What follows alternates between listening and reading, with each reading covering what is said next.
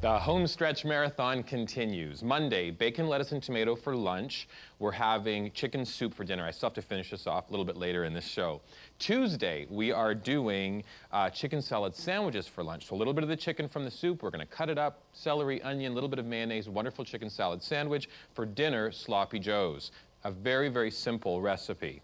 We have one chopped white onion and also two ribs of celery. I've chopped it up into a pot, 2 tablespoons of a canola or sunflower oil, and then I've placed 1 pound of ground beef. I purchased 3 pounds of ground beef in the store. 1 is for the sloppy joe, another pound is for hamburger, and the 3rd pound is a ground chicken, which is going to turn this into a chili by Thursday. I'm telling you, this really works when you're planning for an entire week. So the sloppy joes, the meat has sauteed, the vegetables are looking wonderful, and you only need a few more ingredients to turn some sauteed beef into a sloppy joe extravaganza.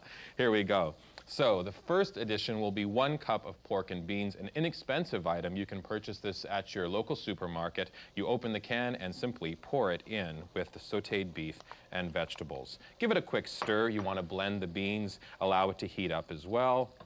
These are blending and they're looking very good. The next few ingredients give this recipe taste, and we are talking about 2 teaspoons of your favorite mustard. I like to use Dijon mustard. You can also use prepared or Pommery. So in goes the 2 teaspoons of mustard. La la. This is great. This is going to give your sloppy joes a bit of a bite. Last ingredient is 2 tablespoons of ketchup. In goes the ketchup. I don't think there's really like an alternate ingredient for the ketchup. I love putting the ketchup in again for flavoring. Give your pot a stir. Take some salt, dab, dab, dab. Little bit of fresh ground pepper. And sloppy joes, you know why they call them that. It's when you present them on hamburger buns like this, sesame-studded hamburger buns. Open up your bun, put the sloppy joes on the plate, put the lid on it, and then sit back and get sloppy. So there you have a very quick recipe for sloppy joes. Now I want you to jump ahead and think about Wednesday night when we turn this into something else. Tuesday's dinner is looking mighty sloppy, but by Thursday lunch, I'm going to turn it into a hot luncheon treat. Wednesdays are always crazy days. Let's keep it simple. Leftover chicken soup, take the 2nd pound of ground beef, make hamburgers, serve them on the same buns that we served the sloppy joes on last night. Makes sense.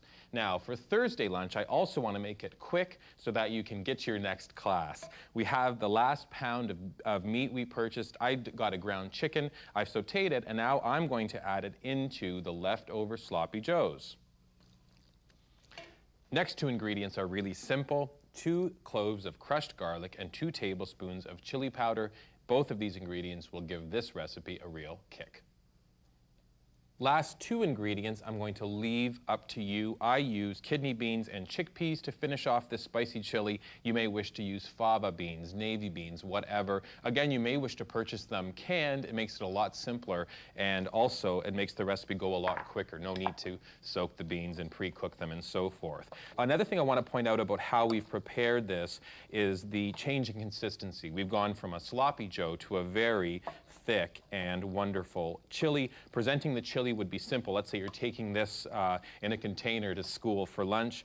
Grab some tortilla chips, maybe a little bit of green onions, and some cheddar cheese. I know it sounds like a lot, but it's a great way to grab a quick lunch when you're on the run. That's Thursday lunch. Thursday dinner, I'd like to suggest a spinach salad real quick. Spinach leaves, open a can of tuna, crumble the tuna on top, slice a hard-boiled egg, cook off some of the bacon. Remember the bacon from Monday's BLT? A couple of rashers, cook them off, chop them up, sprinkle on top, and then a nice citron vinaigrette. Delicious. Congratulations. We're all ready at Friday.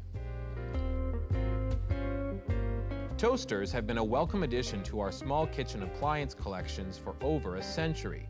Applying radiant heat to a piece of white or brown bread brings temperatures to a whopping 350 degrees. But it's the caramelization of the sugar and starches which gives a plain piece of bread some added flavor and color. And that's toast.